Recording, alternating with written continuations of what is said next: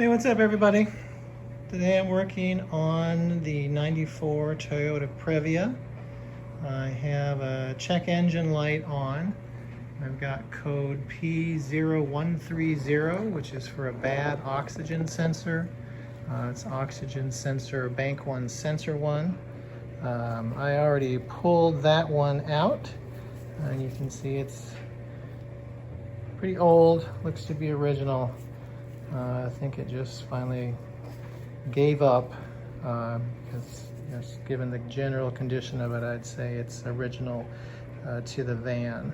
But I'm going to show you how to replace an oxygen sensor on a Toyota Previa van. I'm replacing them in pairs. It's always a good idea when you have an oxygen sensor go bad to just replace all of your oxygen sensors. Because if one of them goes bad, the others are likely to go bad fairly soon thereafter. And even if they don't, you're going to get uneven performance because you've got a brand new part, which is going to be more responsive, working in a system that also has a really old part that's going to be, sort of slower and show some wear. And that can give you confusing engine readings and possibly give you other codes. So you might as well just go ahead and replace all the sensors while you're under there.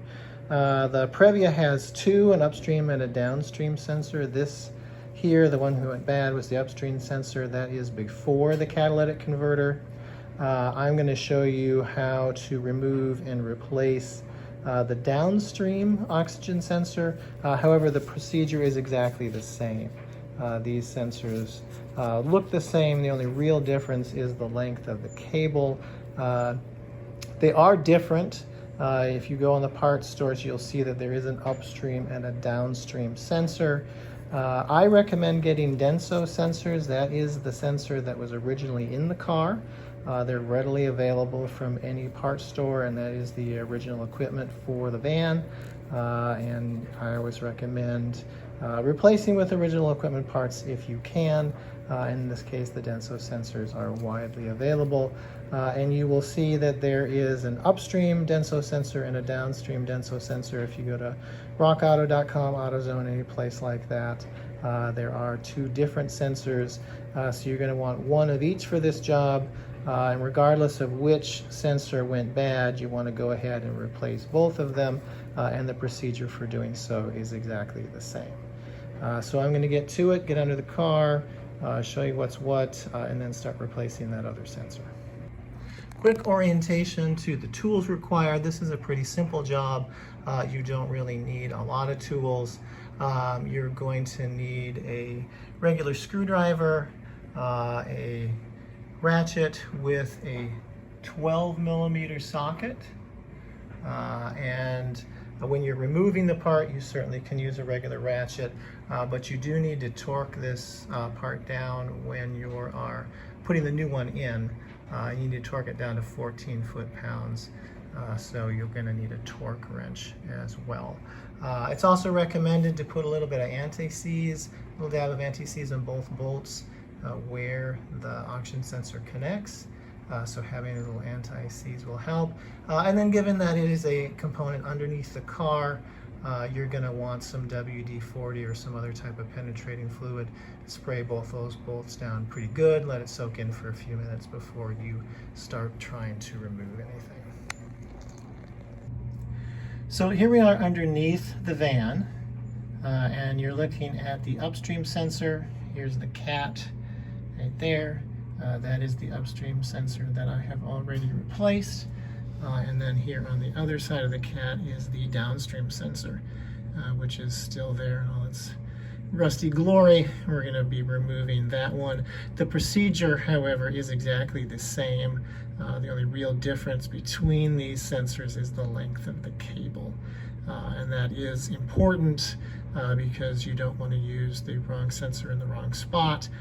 Because if you use one that has too short a cable, it will end up ripping up the cable, shorten it out, and then you'll have to replace it again. So make sure you're putting the upstream sensor in the upstream part and the downstream sensor in the downstream part. But those are the locations of the two sensors. And then if we kind of turn sort of up here, you can see that's where the upstream sensor connects, plugs into that port right there. And there is a similar connector along this frame rail for the downstream sensor. So that is what we are going for in terms of removing the sensors. We got to disconnect that plug, and then there are two nuts that go onto the studs that connect it to the exhaust pipe, and we're going to be breaking both of those loose and then taking out that old sensor. Okay, so the first thing we're going to do is get this unplugged, and that's where the regular screwdriver comes in handy, because we need to open up this wire holder here and get this wire out, get the sensor wire out. And it just helps to have a screwdriver to easily separate that, and then the wire will just pop right out. So you can see you're just sort of pulling that guy down and getting this wire out.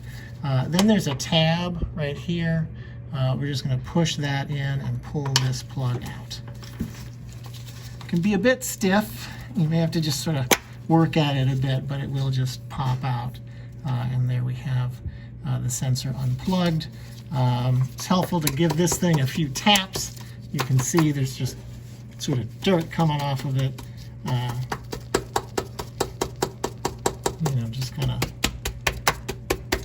do what you can to kind of clean it up. Get any sort of debris out of there that you can sort of knock out. You know, might be overkill, but you certainly could blow a little compressed air in there too. Okay, so now we're just going to break these nuts loose here, and we're going to get that old sensor out. So I'm just using my regular ratchet here. So there's the old oxygen sensor. You can see it was pretty fried, so I'm glad that I am replacing both, and you really should replace both. If you replace one, replace them all. The gasket on this one was deteriorated and probably causing a little bit of a air leak there, which was also likely throwing off the readings and giving me that P0130 code. In addition to the first one, the upstream oxygen sensor just being bad. I'm sure this one was contributing to that code as well. I actually had to scrape that old gasket off in pieces, so sometimes you will need to do some gasket cleanup with this. Here's the new oxygen sensor. You can see that it looks a lot better, a lot cleaner, and it comes with a new gasket, and from the package it's actually oriented in the right direction, because you can see that it's a little different. There's a little more of a metal flange on that side, and there's more gasket material on this side. So just be sure to keep that gasket in the position that it's in when you're putting it on there. And so we're going to go ahead now and install this new oxygen sensor. So I've got the new oxygen sensor in position. It's not bolted down yet, but this is just to show you positioning. The cable will have kind of a natural curve to it, so you do want to kind of orient that towards your connector, which is here towards the passenger side. So just be aware of that to give your cable a little extra room as the exhaust is moving around a bit as you drive. But it just goes down into the pipe like that, and then we'll attach two nuts and tighten it up. And you tighten those nuts to 14 foot-pounds. You'll reuse your hardware if it's in good condition. In my case, I had to go get two new nuts from the hardware store, but you'll just go ahead and tighten those two nuts down into the studs to 14 foot-pounds. So now we've got that oxygen sensor tightened down, those nuts tightened up to 14 foot-pounds. Last step, that electrical connector right there needs to go into that socket right there, and there is a cable holder right there. I'm going to go ahead and put that excess cable in to get it out of the way, and it just snaps in place right there. So I'll go ahead and connect that and then it's done. And so now it's connected back into the engine management system. And so that completes the replacement of the oxygen sensors. As you can see, my black plastic tab here, this guy right here broke on me while I was trying to open it up to put that cable in. This plastic can get pretty desiccated, so that can happen. I've just secured it in place with a little tape, which works fine. A zip tie also would work pretty well. Either way, depending on how much of this clip you have left, you could use a little tape just to keep it in place, or if it's completely gone, just a zip tie would be fine, just to keep it out of the way so it's not dangling.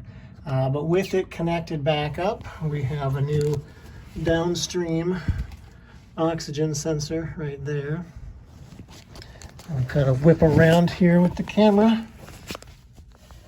And they've got a new upstream oxygen sensor up there. And since this code P0130 is for a bad oxygen sensor, in this case it was Bank 1 Sensor 1, which is that one right there, that should take care of that code since we have new upstream and downstream oxygen sensors. If you found this video helpful and like to see more content on this, particularly more Toyota Previa content, we're completely restoring this van, so I'll be posting lots of videos about how-tos, about how to work on a Previa. Please be sure to like and subscribe. Thanks.